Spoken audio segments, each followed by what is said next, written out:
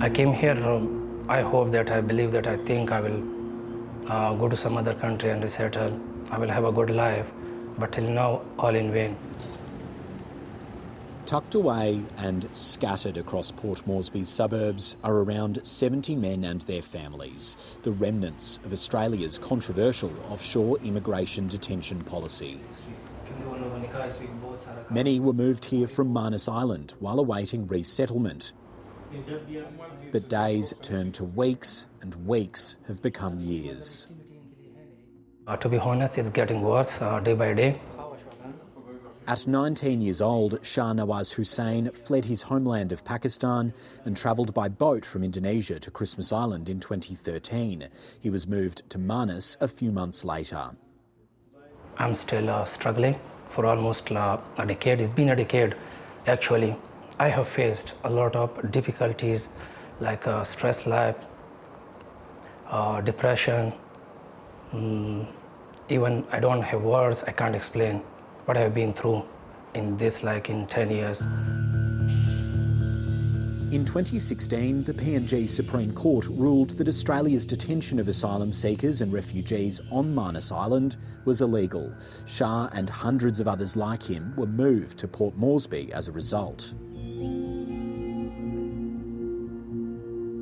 Life hasn't been easy for men like Shah. He and others say they don't feel safe day to day and they rarely sleep at night.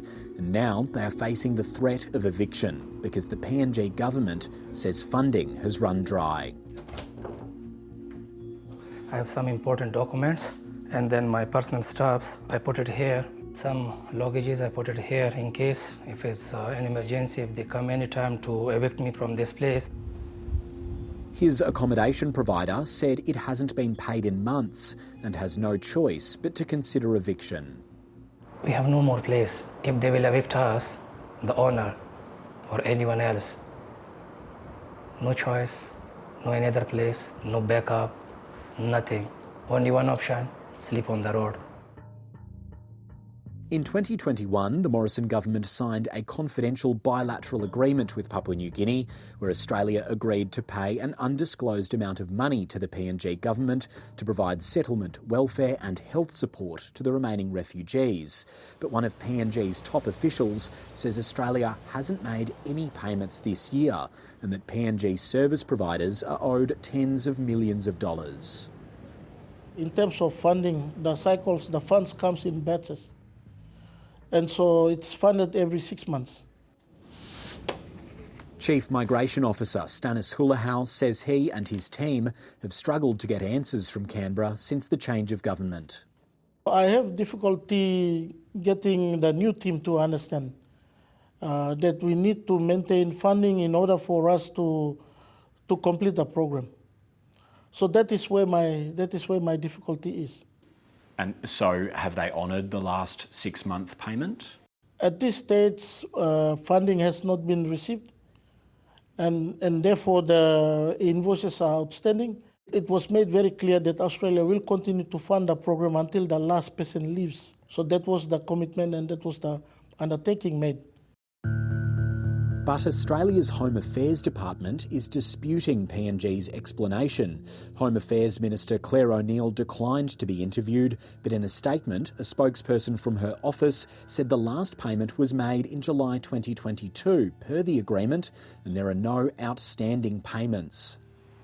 Officials from PNG and Australia are in talks about each other's understanding of the agreement.